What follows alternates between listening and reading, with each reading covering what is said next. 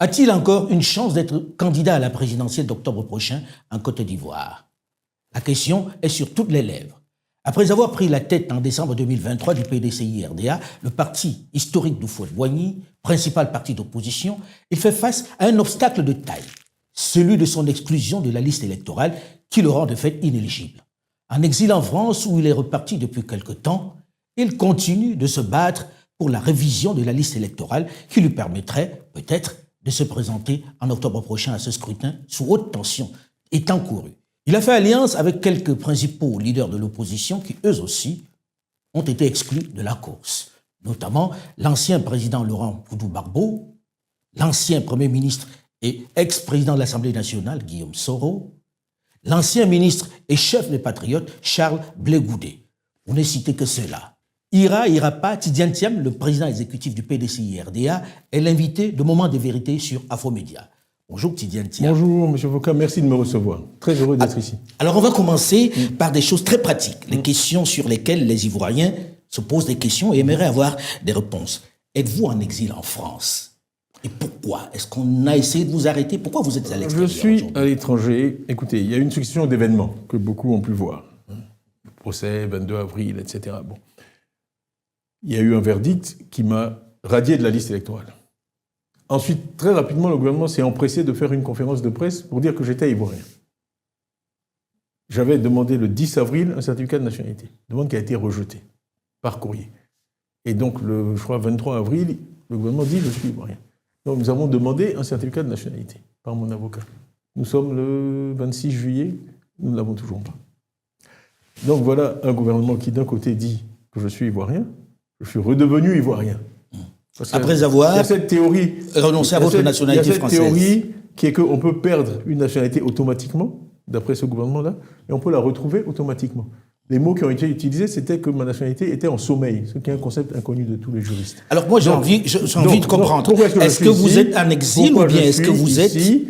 J'attends le minimum de garantie pour pouvoir faire mon travail de président du parti en toute sérénité. Donc il y a une menace qu'on vous arrête, par exemple. Il y a eu... Écoutez, il y a eu un entretien de mon frère Augustin, qui se trouve être membre du RHDP, et quelqu'un d'autorisé en Côte d'Ivoire qui lui a dit ceci: si ton frère met le pied en Côte d'Ivoire, il sera arrêté. Je l'arrête immédiatement. Pour quel motif? Ça, il faut poser la question aux auteurs de ces propos.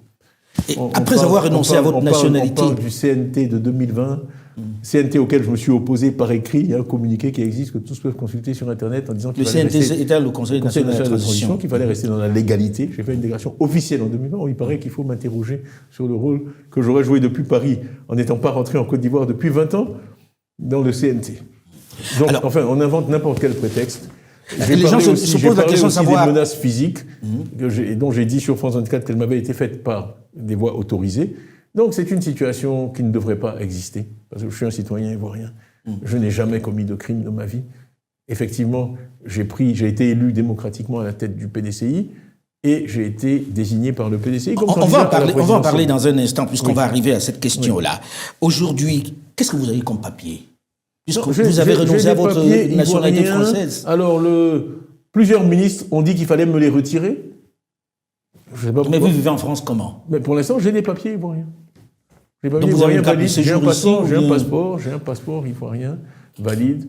Et avec un visa? Il m'a été délivré, j'avais un visa, il m'a été délivré une carte de séjour également. Pour me permettre d'aller et de venir. Tout le monde dit, Tidiane Thiam est connu comme un homme de dossier, qui a un certain niveau. Et quand on veut se présenter à la présidentielle, on doit connaître tous les textes. Ce qu'on vous reproche, c'est d'avoir obtenu une nationalité qui, de fait, annulait votre nationalité ivoirienne. Cet article 48, vous ne le connaissiez pas? Je ne le connaissais pas. Mais comment vous pouvez ne connaître cet article 48? Je ne connais pas la constitution ivoirienne, je ne connais pas le code de la nationalité ivoirienne par cœur. Et à chaque fois que j'ai fait des réunions, j'ai demandé dans la salle qui connaissait cet article. Personne n'a jamais levé la main. J'ai été interrogé par des journalistes ivoiriens, je leur ai demandé, ils ne le savaient pas. Attendez, monsieur, je suis désolé, il y a quand même des principes universels dans l'application des lois. C'est une loi de 61. Est-ce que vous connaissez la genèse de cette loi? C'est une loi française. Ce qui s'est passé dans nos pays à l'indépendance, puisqu'on n'avait pas de corpus de lois, c'est qu'on a pris les lois françaises et on les a essentiellement mises dans comme le la droit, Constitution. Voilà, dans le droit ivoirien. C'est une loi qui avait son origine dans la Première Guerre mondiale, parce qu'après la Première Guerre mondiale, la France avait prolongé la durée du service militaire. Il y avait une hécatombe humaine. Donc, les petits Français avaient commencé à faire du tourisme. pour le service militaire, prendre d'autres nationalités pour échapper au service militaire français. L'alinéa 2, d'ailleurs, de cet article 48 fait référence au tableau de recensement militaire. Donc c'était dissuasif pour empêcher les gens de prendre une autre nationalité. On a dit, si vous prenez une autre nationalité, vous allez perdre la nationalité française. Mais il a toujours été clair que c'était par décret, ça ne peut pas être automatique. La nationalité, c'est un droit inaliénable. Okay, mais en même temps, c'est une... Monsieur Thiam, en 1973, la France a abrogé cette disposition. Cette disposition en Côte d'Ivoire n'a jamais été appliquée. Monsieur Foucault, vous ne pouvez vous prémunir, il y a un usage. Elle a été appliquée une fois. Non. En 2011, attendez, d'abord, en 2011. Attendez, on se gargarise parce que ça les fait sourire. Oui, c'est la loi de son grand-père. On lui a appliqué la loi de son grand-père. À ma connaissance, Monsieur le Président Houphouët-Boigny était président de Côte d'Ivoire de 1960 à 1993. Je mets au défi quiconque de trouver un seul exemple d'application de cette loi en 32 ans, de 61 à 80. Du vivant du président Houphouët, cette loi n'a jamais été appliquée. Pas une fois. Mais ça ne fait pas que cette loi n'existait pas, M. Thiam. C'est un concept de désuétude. L'usage crée le droit. Dans le droit, quand une loi, vous pourrez trouver des lois qui n'ont pas été annulées, qui permettent d'écarteler les gens. Ok ? Il y a plein de lois dans le droit universel qui ne sont pas appliquées, elles tombent en désuétude, tout le monde ignore leur existence. Celle-là n'a jamais été appliquée, aucun Ivoirien n'en était conscient. Vous voulez que je vous fasse la liste des Ivoiriens qui ont pris une autre nationalité, qui ont exercé de hautes fonctions? Aboudrahmane Cissé a pris la nationalité britannique quand il était chez Goldman Sachs. Il a été nommé secrétaire général de la présidence à Abidjan, il a été ministre du pétrole. D'après leur théorie, il n'est pas ivoirien puisqu'on peut perdre automatiquement la nationalité ivoirienne. C'est une aberration. Alors, le fameux exemple qui est cité, c'est celui de 2011, où la Cour constitutionnelle de Francis Waudier a rejeté une candidature à la députation d'un monsieur Thioté. Ce monsieur Thioté, il avait pris la nationalité française. Il est toujours ivoirien, il est inscrit, à l'heure où je vous parle, nous l'avons prouvé à tous les journalistes, il est inscrit sur la liste électorale. Donc le précédent dont vous parlez, il n'existe pas. Donc je maintiens qu'en 64 ans, cette loi n'avait jamais été appliquée. Comment vous voulez que quelqu'un puisse imaginer qu'elle le sera ? Mais elle fait partie de la loi. Il y a tout le PDCI. Elle n'a pas été abrogée. Elle n'a jamais été appliquée. Il y a des centaines de milliers de gens sur la liste électorale aujourd'hui qui sont des doubles nationaux. Alors comment expliquez-vous que ça arrive à vous? Ah, mais ça, il faut poser la question à expliquez. C'est comme quand ça veut dire quoi concrètement? Quand la foudre tombe quelque part. Une loi, il y a 30 millions d'Ivoiriens, il y a des millions de naturalisés. Vous pensez qu'on a peur de vous, que le président Ouattara a peur de votre candidature? Je pense qu'on a tout fait. Nous, on savait. Je vais vous donner les noms. Il y avait une équipe à peu près de 10 juristes qui a fouillé le droit ivoirien pour trouver un moyen de m'éliminer. Si ça n'avait pas été ça, ça aurait été autre chose, je vous assure. S'il avait fallu dire que si on mesure plus d'un mètre 93... Mais pourquoi on doit vous éliminer, vous?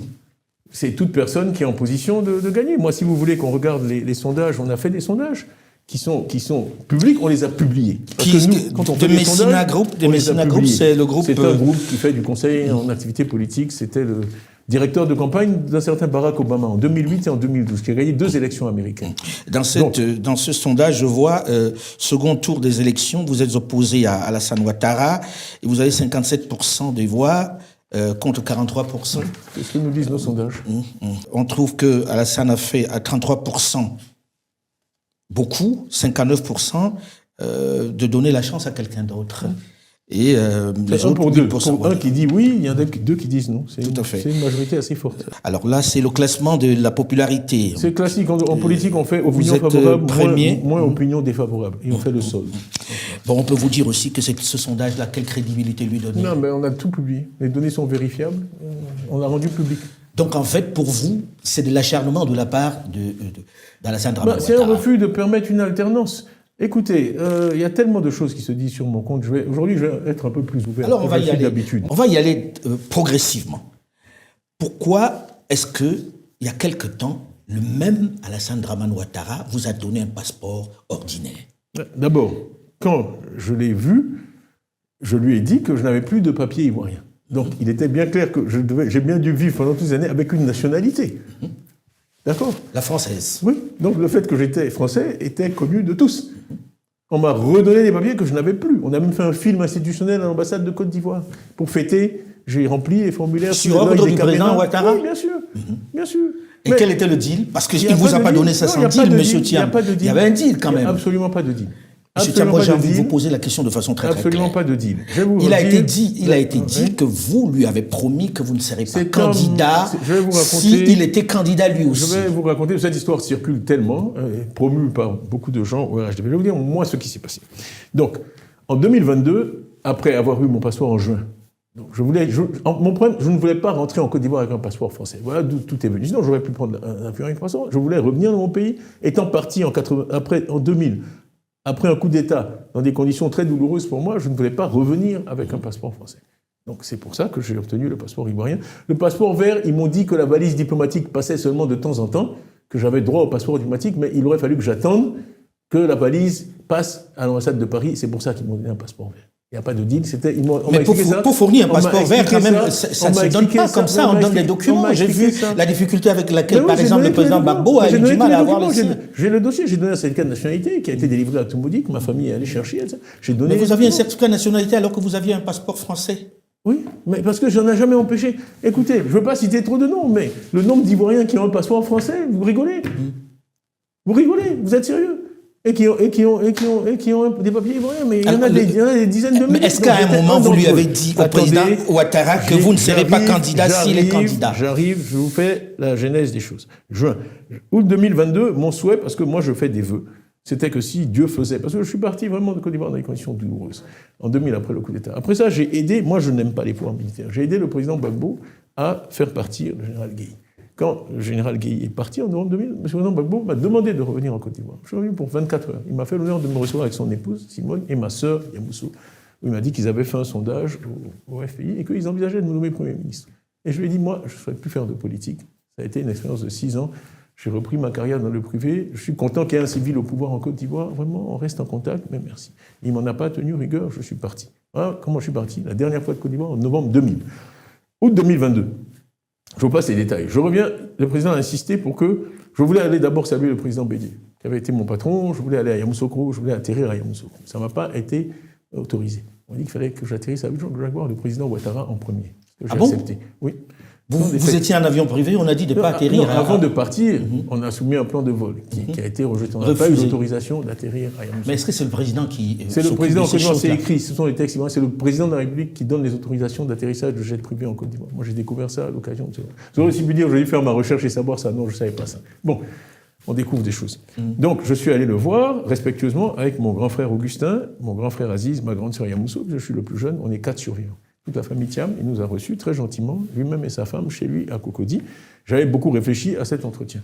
Donc on a échangé des amabilités. Et ensuite, je lui ai dit, Monsieur le Président, est-ce que je peux avoir un tête-à-tête avec vous?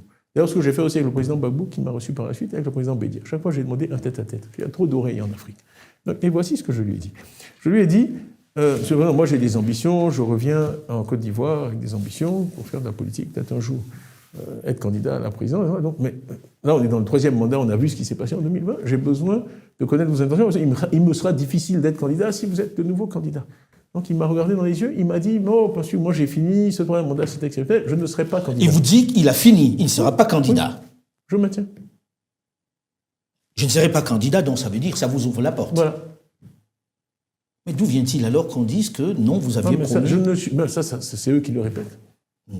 J'ai dit, il me sera difficile d'être candidat si vous êtes candidat, et donc je veux savoir. S'il m'avait dit à cette époque-là, mais tout aurait été différent. Et malheureusement, comme il y a dans les affaires policières, il y a des témoins contemporains.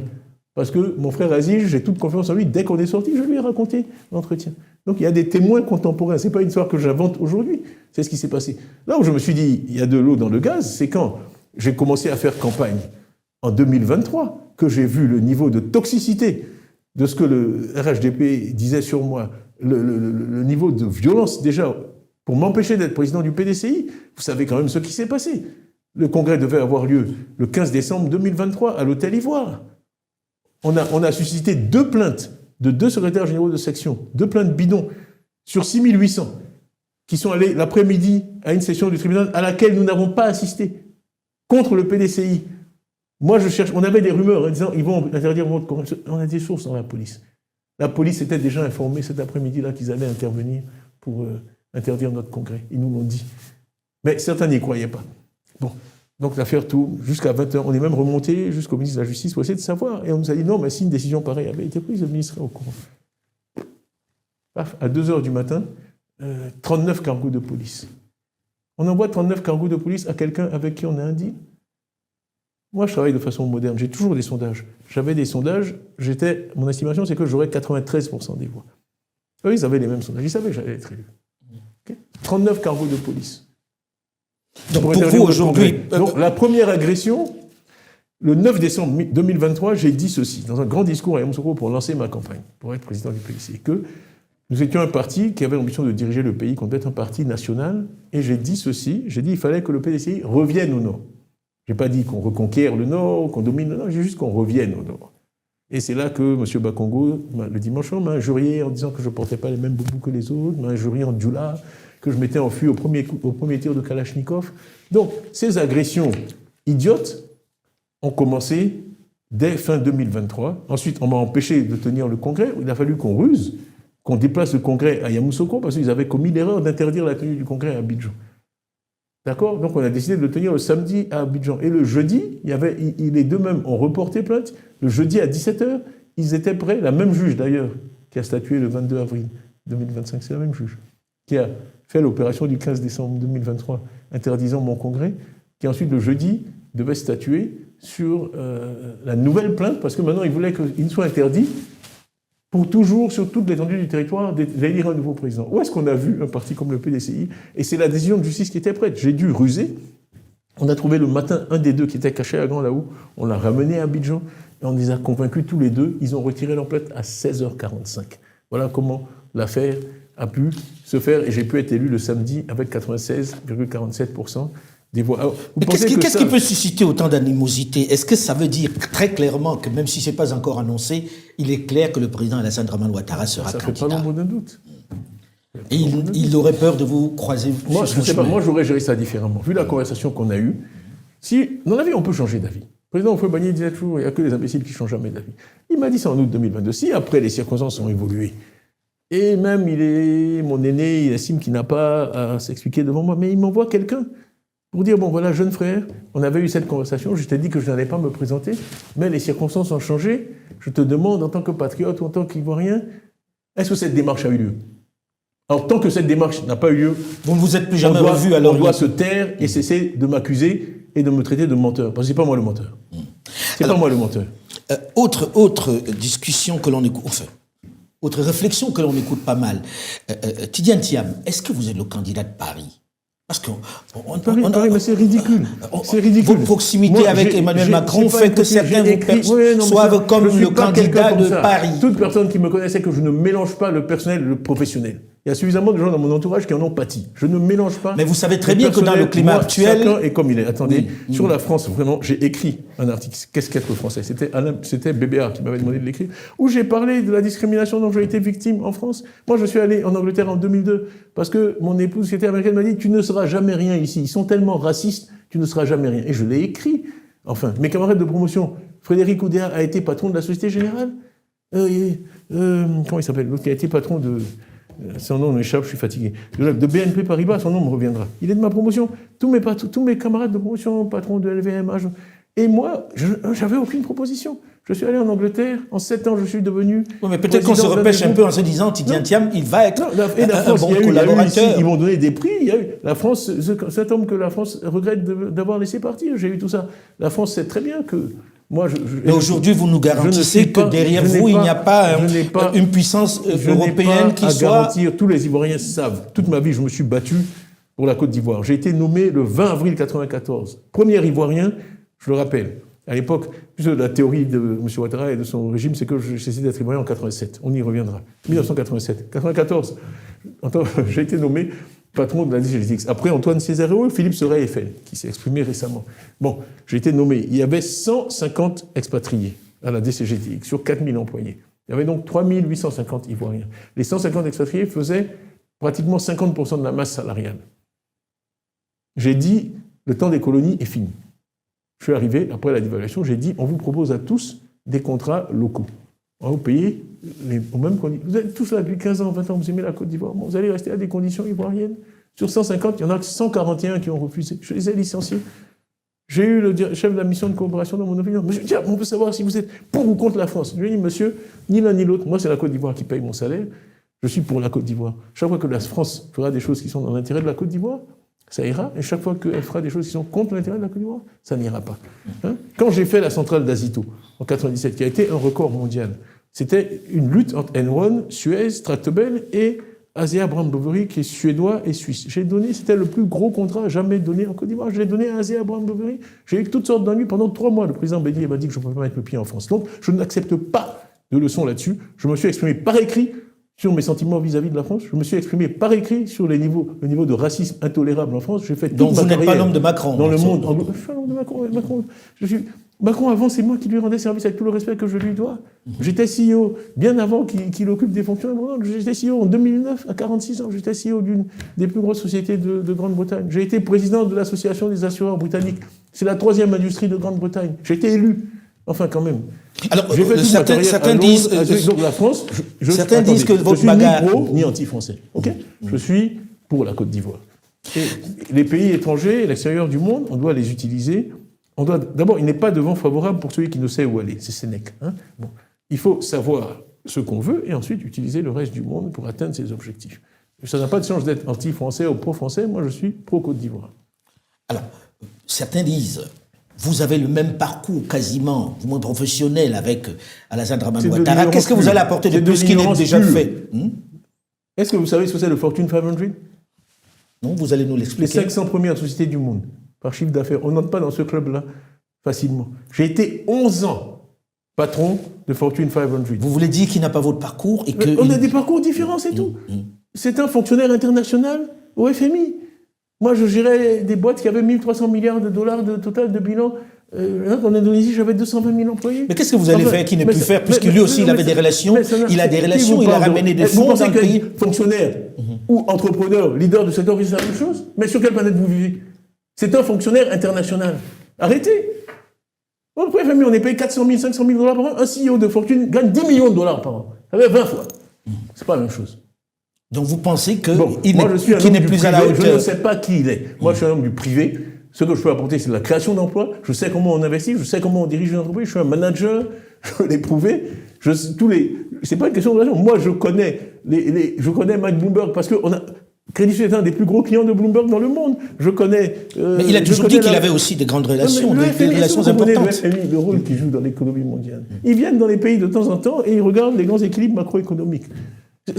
Ça n'a rien à voir avec être sur les marchés tous les jours et que ça a un impact sur votre compte d'exploitation. Alors si vous deviez dresser son bilan aujourd'hui, si vous deviez dresser son bilan... Je ne dis pas qu'il a un mauvais profil, je dis juste que de dire qu'on a le même profil, c'est de l'ignorance pure. Voilà. Mais est-ce que son bilan est mauvais? Être au FMI, ou être patron d'une fortune aujourd'hui, c'est la même chose, c'est de l'ignorance pure, ça n'a rien à voir. C'est comme jouer au football et jouer au hockey, c'est 2 sports différents. Voilà, point à la ligne. Bon, son bilan, je l'ai dit, moi je ne me contredis pas. J'ai adopté un ton très conciliant, même quand on m'a envoyé 39 bus pour m'empêcher, alors qu'on avait un deal, non certains, 39 bus de police. J'ai dû aller le 16 au matin, parce que c'est un plan en 2 phases. C'est un commissaire qui me l'a dit. Le but, c'était de créer de la violence pour pouvoir m'arrêter. Bon, dire que j'avais suscité des violences. Quand ils sont venus à 2h du matin chasser nos gens qui étaient en train d'installer les micros, etc., on a dit du calme. À 7h du matin, j'ai fait un communiqué disant aux militants de grâce, soyez calmes, c'est de la provocation, ne réagissez pas. On m'a dit d'ailleurs que c'est un communiqué qui allait très haut dans l'administration américaine. On a dit, voici un comportement exemplaire d'un opposant africain qu'on aimerait voir dans plus d'endroits. Ensuite, quand ça a chauffé, comme ça n'a pas marché, ils sont allés occuper le siège du PDCI. Depuis 1946, jamais des forces de l'ordre n'ont occupé un siège du PDCI, même sous la coloniale, même à l'époque de la guerre froide, quand on était affilié au Parti communiste. Ils sont allés occuper le siège du PDCI à Cocody en pensant que ça allait mettre le feu aux poudres. C'est là que je suis allé, il y a les images sur Internet où j'ai dit aux gens, vous savez, dans la vie, on ne peut pas contrôler les événements, mais on contrôle toujours comment on réagit. Et là, on va montrer notre supériorité, notre noblesse, c'est dans notre réaction. On va montrer qu'on est une partie de la paix, on va être civilisé, on ne va pas répondre à la provocation. Pour vous, on est dans un régime de violence en Côte d'Ivoire aujourd'hui? Les images ont été diffusées du pauvre Kwaku Djabia qui a été jeté dans un véhicule de force.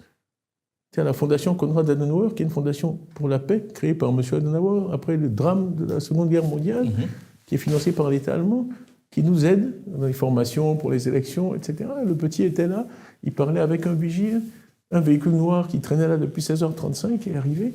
Vous avez vu les images? Des gens en tenue civile, en hoodie, etc., qui sont armés, ils s'approchent. J'ai le témoignage du vigile, on a flouté son visage parce qu'il paraît que les gens le cherchent, et où ils ont dit, si tu parles en tabac, il a essayé de s'interposer. Et vous avez vu, ils ont embarqué ça, c'est un kidnapping. C'est un kidnapping. En plein jour à Cocody, à Abidjan. On a un peu de mal à croire en tout ça lorsque l'on sait les circonstances dans lesquelles le président Alassane Ouattara est arrivé aux affaires. Il a subi les mêmes pressions. On ne sait pas où ce jeune homme est. Jusqu'à ce jour? Nous ne savons pas, nous le pénitentiaire, on le cherche. Nos avocats ont donné une conférence avant-hier, on a utilisé ce film avec la presse internationale en disant voilà, voilà la Côte d'Ivoire. Est-ce qu'on s'est rapproché des autorités pour poser la question? Bien sûr, bien sûr. La Fondation Adenauer, qui est quand même importante, a écrit au ministre de l'Intérieur, a écrit au ministre des Affaires étrangères, a écrit à l'ambassadeur d'Allemagne, a écrit à l'ambassadeur de l'Union européenne, a écrit à l'ambassadeur de France. Donc le silence de tous ces gens-là face à des enlèvements extrajudiciaires, on a enfin les images. Le petit Ousmane Chérif, ils sont allés attaquer sa maison la nuit, encagoulé. J'ai dû l'extraire, il est au Ghana aujourd'hui, protégé par mes amis. On avait des fuites, les menaces sont constantes. Mon frère Aziz a été arrêté à sa sortie avec toute l'informatique qu'on a. Après, on lui dit, il y a erreur sur la personne. Aziz Thiam, ancien ministre des Transports, arrêté. Mais Tidjane Thiam, vous êtes censé être candidat, en tout cas c'était l'ambition. Avec tout ça, qu'est-ce qui vous reste comme chance? Qu'est-ce qui vous fait encore aujourd'hui croire que vous pouvez retourner en Côte d'Ivoire et participer à cette élection présidentielle d'octobre prochain? Est-ce qu'il y a une chance, une toute petite chance, une fenêtre? Je n'abandonnerai jamais ce combat. Ceux qui me donnent du courage, ce sont tous les Ivoiriens. Vous avez vu même votre collaboratrice qui m'a vu tout à l'heure. Vraiment, cette popularité que j'ai, je ne peux pas l'expliquer. Quelquefois, il y a une relation entre un homme et son peuple qui n'est pas explicable. Les Ivoiriens m'ont donné tellement d'amour. Mettons que les Ivoiriens vous aient donné cet amour. Non, je ne sais pas quoi. Mais c'est ça qui me fait continuer. Mais parce en même temps, vous pouvez pas. En moi. En même temps, vous ne pouvez pas mener campagne à partir de Paris en n'étant pas candidat. J'ai eu 132 000 parrainages, M. Foka. Ça fait 3 mois que je ne suis pas retourné dans mon pays. OK? Et on a dit que je ne peux pas me présenter à l'élection présidentielle. J'ai 132 000 parrainages. C'est pas rien. Le RHDP a gagné l'élection. Oui, mais mener campagne de Paris, ça va être compliqué. Est-ce que vous ne misez pas un peu? Je parle aux gens tous les jours. Je gère vous avez vu un député qui est avec moi ici. Les gens vont et viennent. Les gens sont déterminés. Ils veulent une alternance en Côte d'Ivoire. Et à la fin, Vox Populi, Vox Dei. La volonté. Est-ce que vous croyez en la possibilité que cette révision des listes électorales puisse permettre que vous soyez candidat? Tout est possible. C'est une option.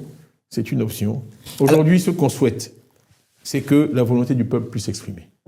Dans la vie, personne, moi je ne peux pas dire que je serai élu nécessairement, mais ce qu'on veut, c'est que les Ivoiriens aient le choix. Clairement, il y a beaucoup d'Ivoiriens qui souhaitent pouvoir voter pour moi. Okay? On m'a éliminé, parce que mon cas est différent. Moi j'étais sur la liste électorale. Quand je suis allé m'inscrire en décembre 2022, je vous ai dit août 2022, premier voyage, je ne suis pas resté assez longtemps. Décembre 2022, j'avais tous mes papiers, je suis allé m'inscrire. Mais même les journaux du RHDP ont mis en première page. J'ai dit, c'est le civisme. Je suis venu m'inscrire. Les petits agents électoraux ont fait des selfies avec moi. Tout le monde était... Donc moi, à ce moment, ils croyaient au deal. Il n'y avait pas de deal, arrêtez. Oui. Quel deal? C'est pour ça que je dis, ceux-là croyaient qu'il y a un deal. Vous venez de nous dire qu'il n'y a pas de deal. On vous croit. Mais pour beaucoup, il y avait un deal. Mais quel deal? Je suis un citoyen ivoirien. Je reviens. Moi, je pense que j'ai beaucoup à apporter à ce pays. Alors aujourd'hui, vous vous êtes mis avec un certain... Excusez-moi. Oui. C'est pas pour me vanter. Mais à chaque fois, après, il s'est dit, oui, il dit qu'il était toujours premier. Oui, j'étais pas deuxième. Ils veulent que je dise que j'étais deuxième. J'étais premier de Côte d'Ivoire. J'ai aussi été premier du Maroc au BEPC. Non, c'est pas juste en Côte d'Ivoire, c'est pas au Fouet de Boigny. Bon, CEO de Fortune 500, j'ai été 11 ans, monsieur CEO de Fortune. Je parle pas d'Africains. Il y a peu d'êtres humains à qui c'est arrivé. Mais en même temps, les gens se disent, bon, j'ai beaucoup à apporter à ce pays. En même temps, les gens se disent, oui, mais il nous la ramène trop avec ces titres qu'il a eu. C'est la vérité. Voilà. Oui, en même temps. C'est la vérité. Donc, c'est là-dessus que je m'appuie pour apporter à mon pays. Je connais beaucoup d'investisseurs, je connais les marchés, je suis connu. Bon, je peux apporter quand même ça à mon pays. C'est ce que je souhaite faire. Tiens, aujourd'hui, vous êtes à l'extérieur et vous avez de la difficulté à vous retrouver sur ces listes électorales.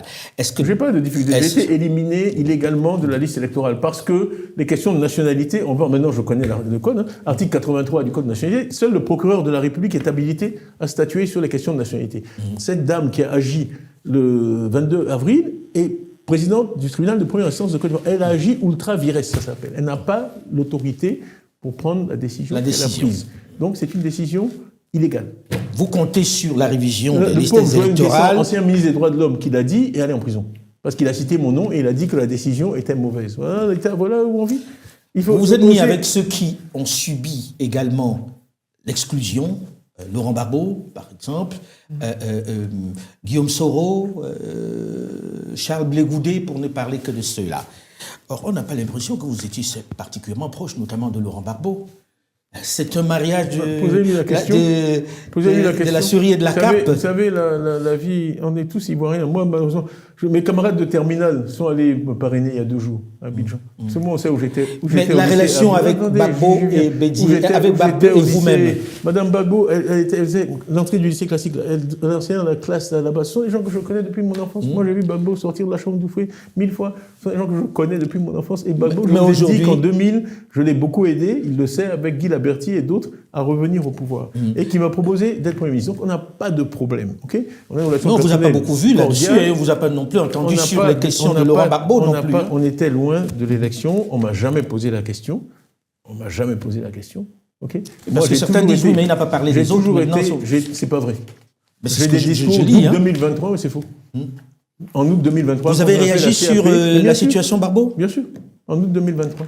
J'ai fait un discours en tant que coordinateur de la CAP où j'ai parlé de Gbagbo, de Soro, etc. En août 2023. En dénonçant ce qui leur arrivait ? Bien sûr.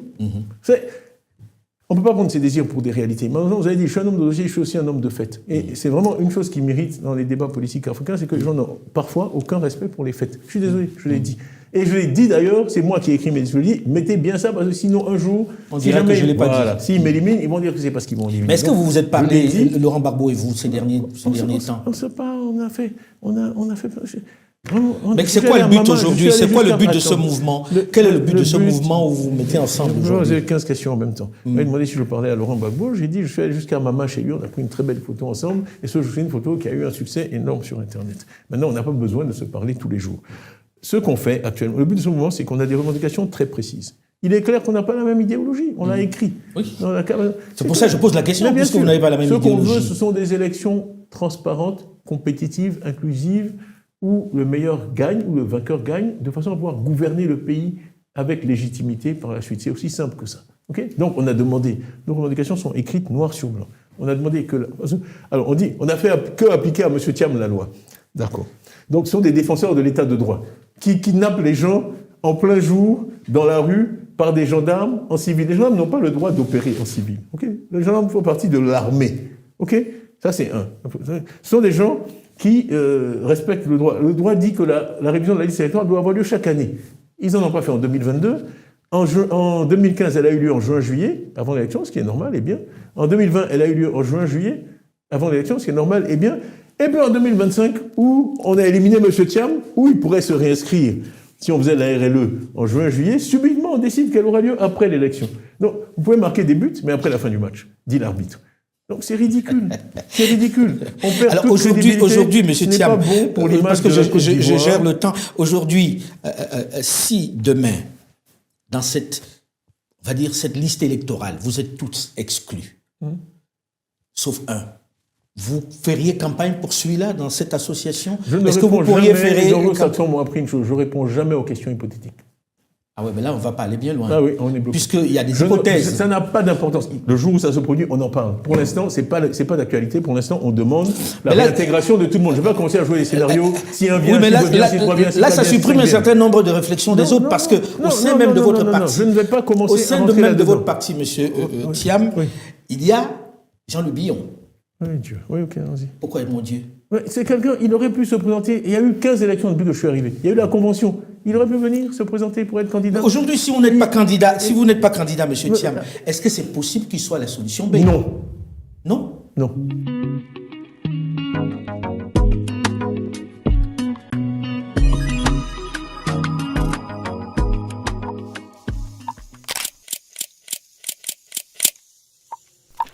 Nul n'a le droit d'effacer une page de l'histoire d'un peuple, car un peuple sans histoire est un monde sans âme. Le grand jour tant souhaité est enfin arrivé.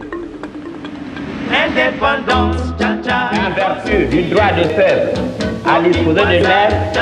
De ce moment et à jamais, notre État libre et indépendant.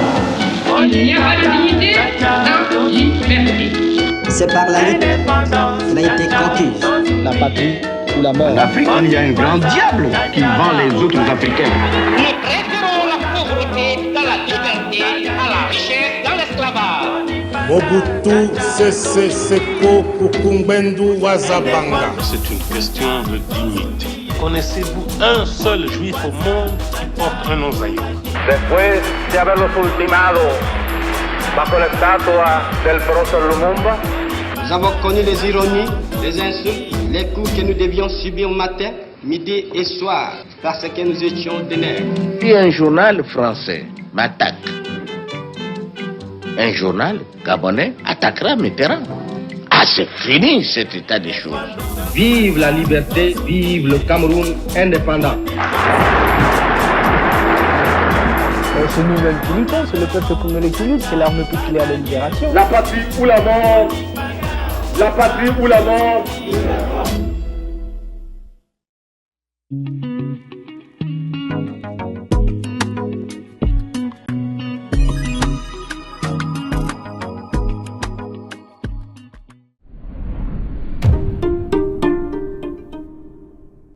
Au sein même de votre parti, je ne vais pas commencer au sein même de votre parti, monsieur Thiam, il y a Jean-Louis Billon. Oui, Dieu. Oui, ok, allons-y. Pourquoi mon Dieu? C'est quelqu'un, il aurait pu se présenter. Il y a eu 15 élections depuis que je suis arrivé. Il y a eu la convention. Il aurait pu venir se présenter pour être candidat. Aujourd'hui, si vous n'êtes pas candidat, vous n'êtes pas candidat, monsieur Thiam, est-ce que c'est possible qu'il soit la solution B? Non. Non? Non. Mais parce qu'on n'est pas au Sénégal. Que les gens arrêtent, qu'ils réfléchissent 2 minutes. Ok? Au Sénégal, monsieur Sonko, monsieur Duma, au Sénégal, peut-être vous avez noté que monsieur Macky Sall n'était pas candidat.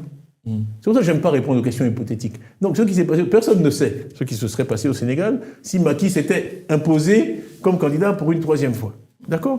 Le fait qu'il ne soit pas candidat a ouvert le jeu politique.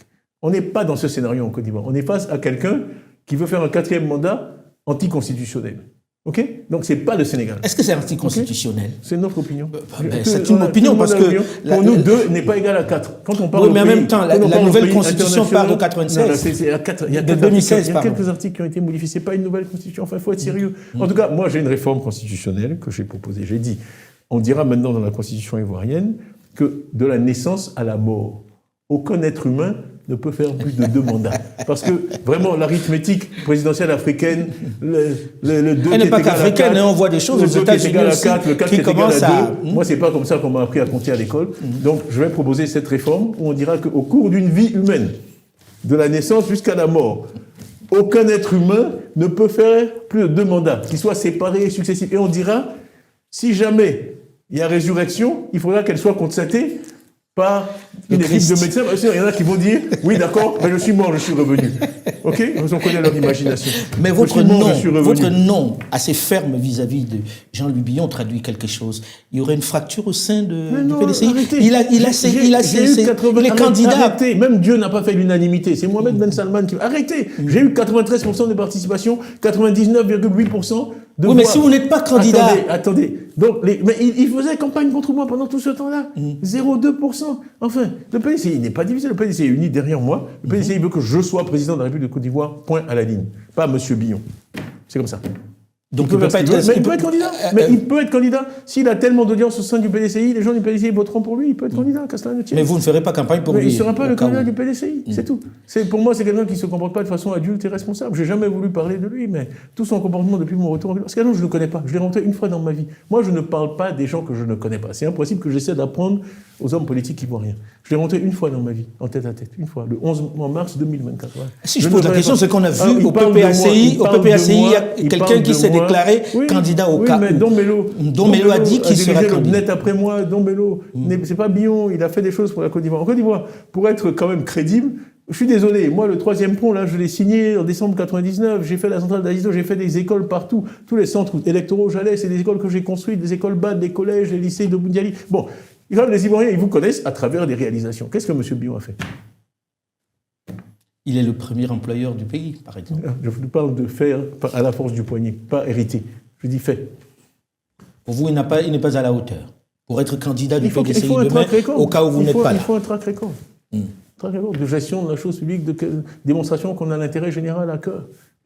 Alors, vous faites une alliance avec Laurent Gbagbo. Demain, on dit Thiam n'est pas candidat. Non, je l'ai dit, je ne rentrerai pas dans ces spéculations. Pour l'instant, nous avons demandé que tout le monde soit candidat. C'est ce qui est le mieux pour la Côte d'Ivoire. Et je me bats pour que ce qui est le mieux pour la Côte d'Ivoire se fasse. L'intérêt de la Côte d'Ivoire, c'est que tout le monde soit candidat. Il faut tourner la page. On ne va pas éternellement reprendre ceux qui ont mis le feu au pays et qui ont créé tous ces problèmes. On ne va pas éternellement les laisser prendre les Ivoiriens en otage. Aujourd'hui, les Ivoiriens ont peur. J'ai dit, un de mes objectifs, c'est de libérer les Ivoiriens de la peur. Sous moi, il n'y aura pas d'enlèvement extrajudiciaire. Je sais pas, à mon âge, je vais me transformer en dictateur. Vous paraphrasez le général de Gaulle sur ce coup-là. Je me suis arrêté. Vous avez 2 ans de moins. J'ai failli le citer. Et j'ai dit, il faut dire je suis français. Donc je me suis retenu parce que c'est très drôle. Voilà. Il avait beaucoup d'humour. Absolument. Quand il a dit, enfin, quand même, c'est pas. Bon, vous avez les mêmes références que moi. Les mêmes références historiques. Non, mais franchement. Je rêve d'une... Vraiment, et on a connu ça dans le passé. Là, c'est aussi une chance et une tragédie pour la Côte d'Ivoire. C'est qu'on a connu cette paix de l'esprit. On dort chez soi le soir, il n'y a pas de commando qui viennent enfoncer les portes. Malheureusement, il y a des gens qui se sont formés dans la rébellion et dans la violence. Et je dis, c'est comme un chien qui sait que mordre. Même quand vous essayez de le caresser, il vous mord. Donc c'est pavlovien. La violence verbale, l'agressivité... Tous ces gens qui mais en même temps, vous appelez le 2 août les populations, vos partisans, à descendre dans la rue pour marcher avec le PPACI. On peut dire aussi, ça peut dégénérer. À chaque fois, il y a eu des tentatives d'infiltration. Dieu merci. Vous êtes sûr que ça ne va pas dégénérer vu le niveau de tension sur la question? On fera tout ce qui est en notre pouvoir pour que ça ne dégénère pas. On n'est que des êtres humains. Jusqu'ici, on a eu des alertes. Vous savez, il y a beaucoup de patriotes en Côte d'Ivoire. Vous seriez surpris d'aller dans mon téléphone, de voir combien de rapports nous avons de policiers, de militaires, qui nous renseignent. Parce que, vous savez, l'Ivoirien n'aime pas l'injustice. C'est vraiment quelque chose de beau dans notre peuple. L'Ivoirien n'aime pas l'injustice. Et aujourd'hui, ils estiment que... Donc vous n'avez pas peur avec tout ce qui se passe, alors? J'ai toujours peur, bien sûr, que Tidjane Thiam et le PDC sont victimes d'une injustice. Donc, je vous dis qu'il y a eu des tentatives d'infiltration de nos manifestations. On sait même où ils ont pris leur faux pagne PDCI. Ils sont venus. Quand je parlais ici le 14 mars, il y a 20 gens du RDR qui sont venus pour me chahuter, dont le frère d'un ministre en exercice. Mais l'enthousiasme de la foule était tel qu'ils ont vu que s'ils faisaient quoi que ce soit, ils couraient un risque personnel.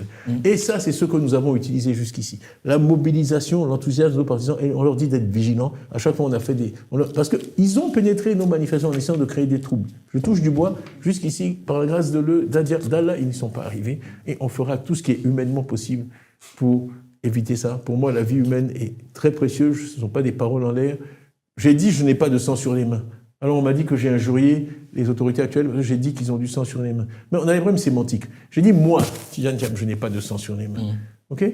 Ça, et je ferai tout ce que je peux pour... Tidjane Thiam, aujourd'hui, on est à quelques encablures de ces élections présidentielles en Côte d'Ivoire, en octobre. Quand vous regardez le climat, vous n'avez pas peur qu'on l'on retombe dans les travers je suis attristé, vraiment. Mais ce n'est pas moi qui ai fait ce choix. Moi, j'ai fait ce que je peux en tant que citoyen. Je suis revenu dans mon pays après une longue absence. J'ai articulé des propositions, j'ai fait un diagnostic. J'ai été élu démocratiquement à la tête du PDCI. 3 fois, on m'a challengé, j'ai dû démissionner, j'ai été réélu. J'ai le soutien de mon parti, j'ai le soutien massif des Ivoiriens, bien au-delà du PDCI. Je suis arrivé à susciter un engouement. Ça, et j'ai été désigné candidat à la présidentielle et je me suis présenté à la présidentielle. Maintenant, il faut poser ces questions à ceux qui ont pris... Moi, je vais vous dire, ce qui me gêne le plus, c'est que en quoi je suis une menace ou un risque pour la Côte d'Ivoire? En quoi? Je suis un type qui a été CEO de compagnie, de fortune. Je ne suis pas un terroriste, je n'ai jamais tenu une Kalachnikov. Le niveau de toxicité et d'agressivité qui est déployé contre moi, mais comment? Je n'ai jamais fait de tort à la Côte d'Ivoire. Quand je travaillais, j'étais patron du BNET, je n'ai fait que des projets positifs, des puits, des machins. Enfin, on me combat comme si j'étais le diable incarné. Alors quand vous dites on vous combat... Alors je viens. C'est la défense des intérêts privés d'un clan. Il ne s'agit de rien d'autre. Il ne s'agit pas de l'intérêt de la Côte d'Ivoire. Personne qui croit dans l'intérêt de la Côte d'Ivoire peut croire que je suis une mauvaise chose pour la Côte d'Ivoire. Quel tort je peux faire à la Côte d'Ivoire pour qu'on me combatte? Je suis, depuis 18 mois, injurié. Cet imbécile de Banga qui m'injurie tous les dimanches sur NCI, l'autre idiot de Bamba qui dit que je ne paye pas mes impôts. Alors, justement, parlons-en. Des gens qui racontent n'importe quoi. Tiens, parlons-en. Pensez-vous que cette histoire de Suisse, où vous êtes condamné à payer à une de vos anciennes employées 234 000 et l'argent est sur un compte bloqué, on a expliqué, on a fait un communiqué. L'argent est sur un compte bloqué, on a une dispute. Bon, et c'est en train d'être jugé. C'est pas que j'ai pas payé, j'ai mis l'argent sur un compte bloqué. C'est une personne dégoûtante, c'est une personne qui a appris vendredi que mon fils avait un cancer, qui a dit dimanche, ce cancer-là, personne survit, et il y a trop de travail dans les maisons où il y a des cancers, je m'en vais. Et quand elle s'est rendue compte que qu'elle avait démissionné, elle n'aurait pas de droit, elle a subitement demandé à retrouver son job. Alors, mais pourquoi on vous a condamné alors si c'était ça? Mais parce que je ne peux pas obtenir de procès équitable en Suisse. Parce que la Suisse s'est convaincue que si leur banque a sauté, qu'à 150 ans, c'est la faute du noir qui l'a géré pendant 5 ans. Voilà. Et que moi, je l'ai laissé avec ses meilleurs résultats sur 10 ans, mais je ne peux pas. Je n'ai pas gagné un seul procès en Suisse. Okay ? La justice suisse, pour moi, est raciste et absolument, systématiquement, avec des dossiers en béton. Mes avocats, même, leurs bras, ils ne pensaient pas que c'était possible. Que l'on puisse vous condamner. Oui, cette femme nous a volé. Elle a volé notre argent. Ils ont refusé. Ils sont allés saisir. Quand elle nous a fait chanter, ils sont allés saisir son téléphone. Ils lui ont rendu. Elle a aussi des complicités en Suisse. Des gens qui la protègent. De la part de qui? Non, vous pensez qu'à la Côte d'Ivoire, ceux que vous accusez sont allés jusque là-bas? En tout cas, ils en font leur chou gras. Mais moi, ça m'est égal. Cette femme, c'est une ordure. Je vais vous dire sur la Suisse. Mon livre sort bientôt. On va en parler. Quand mon fils est mort du cancer, ils l'ont mis dans un tabloïd suisse avec sa photo en disant le fils du CEO de Crédit Suisse est mort. Depuis que la Suisse existe, ça n'est jamais arrivé. Je ne suis pas le premier CEO dont le fils meurt. Et pourquoi est-ce qu'il y a eu cette animosité vis-à-vis de vous? C'est du racisme. Alors, ce qui me déçoit le plus, moi, partout où des Noirs sont victimes de racisme, je les défends. Ce qui me déçoit, c'est que des gens de mon pays, alors que je ne suis attaqué que pour des raisons racistes, se fassent la chambre de résonance de ça et le multiplient. Eh bien, ce sont des oncles Tom. Ce sont des esclaves des Blancs et ce sont des oncles Tom. Voilà. Alors, il nous reste peu de temps, on va passer sur un autre sujet. Vous connaissez l'oncle Tom? Ça. Voilà. Voilà. Ce sont ceux qui applaudissent quand on s'en prend à un noir parce qu'il est noir. Tout à fait. Les nègres de salon, en gros. Voilà. Autre sujet. La Côte d'Ivoire a des voisins, le Mali, le Niger et le Burkina Faso, qui sont des pays de l'AES. Je n'ai pas beaucoup entendu Tidjane Thiam parler de ça plein. Alors, j'ai parlé du Conseil vous êtes président, vous êtes président de la Côte d'Ivoire demain. Vous n'écoutez pas bien quand je parle. Oui, il paraît que la Côte d'Ivoire. Non, mais vous prenez d'ouest en est. Il y a le Libéria, il y a la Guinée, il y a le Mali, il y a le Burkina, il y a le Ghana. Ok ? Quand vous allez là-bas à l'ouest, c'est les mêmes populations des deux côtés de la frontière qui parlent la même langue. Vous montez vers la Guinée. Déjà, maintenant, les Baoulés sont en train de planter du cacao en Guinée. En Guinée. Ok ? Bon. C'est les mêmes populations. Vous allez au Mali, des deux côtés de la frontière, c'est la même chose. Vous allez au Burkina, c'est la même chose. Au Ghana. Donc la Côte d'Ivoire, c'est une mosaïque. Ok ? Donc vraiment, vous savez, le président Houphouët disait toujours, et ça je l'ai dit 10 000 fois dans 10 discours, un pays ne doit pas aspirer à être une oasis dans le désert. Et moi, je me suis permis d'ajouter à sa phrase, parce que c'est toujours le désert qui gagne. Okay ? Donc, cette idée d'une Côte d'Ivoire forteresse, qui se protège de l'AES, c'est ridicule. Ok ? Je suis contre, je l'ai dit, et je veux dire, j'ai de bonnes relations avec un certain nombre de gens dans ces pays-là. C'est ridicule. Donc, il faut du gagnant président demain, il renoue les relations avec l'AES. On revitalise, bien sûr, le Conseil de l'entente, mais bien sûr, on ne peut s'en sortir qu'ensemble. La Côte d'Ivoire sera toujours tirée vers le bas. Mais je vois, vous dites Conseil de l'entente, vous ne dites pas AES. Mais c'est les mêmes pays. Mais ils ont créé leur entité. Oui, très bien, on travaillera avec eux. Ils peuvent l'appeler comme ils veulent, c'est leur droit. Ce que je dis, c'est que moi, j'ai vu le président Houphouët-Boigny payer les salaires de la Haute-Volta, des fonctionnaires voltaïques, avec de l'argent du contribuable ivoirien, plusieurs fois. Parce qu'ils comprenaient, le président Yamoussoukro, je l'ai connu à Yamoussoukro, tous ces gens-là, la Misana, ils comprenaient que tout ça, c'est un continuum. Okay ? Il y a des gens qui sont venus d'Europe, qui ont tracé des frontières. Donc vous n'approuvez pas cette sanction vis-à-vis de ces trois États. Moi je dis, il faut toujours dialoguer. Pourquoi ? Dans les demandes qu'on a vis-à-vis du gouvernement, pas du RHB, il y a le dialogue. La Côte d'Ivoire, c'est le pays du dialogue, pas le pays de la Kalachnikov. C'est le pays du dialogue. Okay ? C'est ça notre culture. Donc, on doit dialoguer. Okay ? On doit dialoguer avec ces gens-là, on doit les écouter, on doit leur parler. Ça ne mène à rien. On ne peut pas faire une forteresse Côte d'Ivoire. Déjà, on n'a pas assez d'argent. On a des problèmes dans l'éducation, dans la santé. On a mieux à faire qu'aller acheter des drones à des pays développés avec des moyens qu'on n'a pas. Okay ? Tout ça parce qu'on n'arrive pas à s'asseoir et à discuter avec nos frères du Burkina ou du Mali ou de Guinée. C'est ça qu'il n'y a pas d'autre solution. Pensez-vous qu'il y a une propension en Côte d'Ivoire aujourd'hui avec le régime de traiter plus avec les pays occidentaux qu'avec les pays africains? C'est égal. Moi, vraiment, ce qui m'intéresse, c'est la Côte d'Ivoire. C'est que quand on Parce qu'on entend en Côte d'Ivoire des gens dire que l'économie n'appartient plus aux Ivoiriens. Oui, ça, non, c'est sûr. Mais j'ai dit qu'il fallait promouvoir les entrepreneurs ivoiriens. Moi, ce que je connais, c'est le monde de l'entreprise. Et mon rêve, c'est de voir des entrepreneurs ivoiriens, là, ça m'est égal, vraiment. Ce qu'il faut, c'est qu'ils soient implantés dans l'économie locale. Le président, les gens comme Bloorn, ils ont fait des choses extraordinaires en Côte d'Ivoire. Moi, vraiment, je suis dans une vision américaine des choses. Okay, vraiment, tous les talents sont le bienvenu, ils peuvent venir de partout. Tant que les gens sont là, qui s'attachent au pays, qu'ils investissent dans le pays, tant mieux. Et bien sûr, également, des Ivoiriens. Mais c'est un... J'ai toujours dit, voilà, il faut donner la priorité aux entreprises nationales. Moi, j'ai été à la tête de grands groupes internationaux. Quand on regarde les pays, je dis, c'est comme quand vous visitez une planète en science-fiction, avant d'aller enlever votre scaphandre, vous allez voir s'il y a de la vie locale. S'il n'y a pas de vie, vous allez garder votre casque. Donc, quand on regarde les pays où investir, on demande toujours d'abord comment se portent les entreprises locales. Non, comment se portent les entreprises locales? Est-ce qu'il y a des entreprises locales à succès? Quand il n'y en a pas, vous dites, bon... Moi qui arrive de Londres, là, si dans ce pays A, des entreprises qui parlent la langue, qui sont nées là, qui n'y arrivent pas, moi j'y vais pas. Donc, pour attirer l'investissement étranger, ce qui est un objectif pour beaucoup de pays africains, il faut d'abord vraiment assurer la prospérité des entreprises locales, qu'elles se développent. Parce que quand les étrangers viennent aussi, ils veulent des partenaires. Donc ils vont dire, quelles sont les 5 premières entreprises locales avec qui on va... Non, c'est la même chose. En fait, c'est un cercle vertueux. Assurer la promotion des entreprises locales, c'est ce qui va permettre d'attirer l'investissement étranger et d'accroître la croissance. Donc je dis que malheureusement, souvent, les États passent 80% de leur temps avec des entreprises étrangères, c'est une erreur. Il faut passer 80% de son temps avec des entreprises locales. Moi, quand j'étais en Grande-Bretagne, le Premier ministre Cameron, tous les mois, il avait une réunion avec nous, les principaux CEO du pays. Comme ça que je l'ai bien connu. Et il nous écoutait, il faisait le tour de table. Quels sont vos problèmes? Premier ministre de Grande-Bretagne, pays du G7, et il notait. Bon, ben, monsieur Thiam, je vais régler ça. Bon, monsieur, c'est cette attitude-là. Moi, c'est ce que j'ai appris des Anglo-Saxons. Vous voyez, le président Trump fait la même chose, le président Obama. Chez eux, c'est naturel. C'est le monde de l'entreprise. Comment dire ça? Il y a un problème dans le modèle français. Moi, c'est ça quand vous dites la France. Tout le monde sait qu'économiquement, je ne suis pas pour le modèle économique français. Moi, je crois dans le modèle anglo-saxon où l'État occupe la place que les entreprises lui laissent. OK?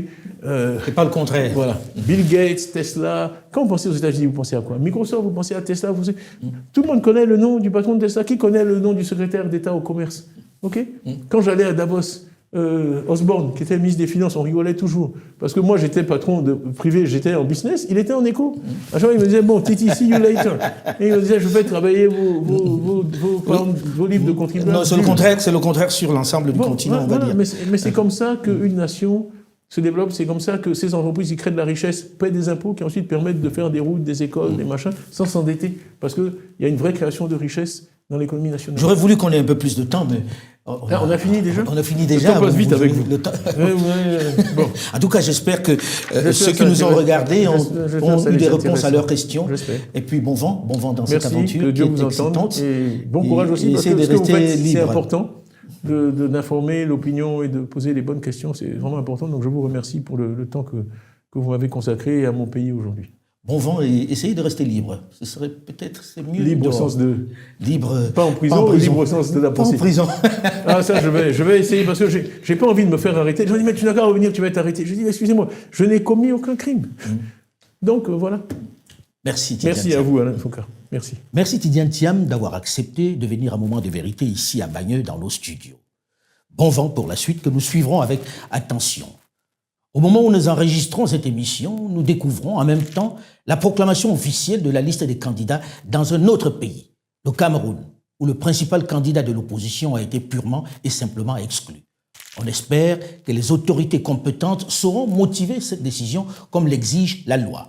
On reste attentif à cette élection sous haute tension où le président Paul Biya, 92 ans, brigue un nouveau mandat. À suivre. En attendant, n'oubliez pas de télécharger gratuitement sur votre téléphone ou sur votre tablette, sur iOS ou sur Google Play, l'application Afromédia pour suivre, quel que soit l'endroit, l'ensemble de nos contenus qui vous proposent le narratif africain sans complaisance mais sans condescendance. À très vite.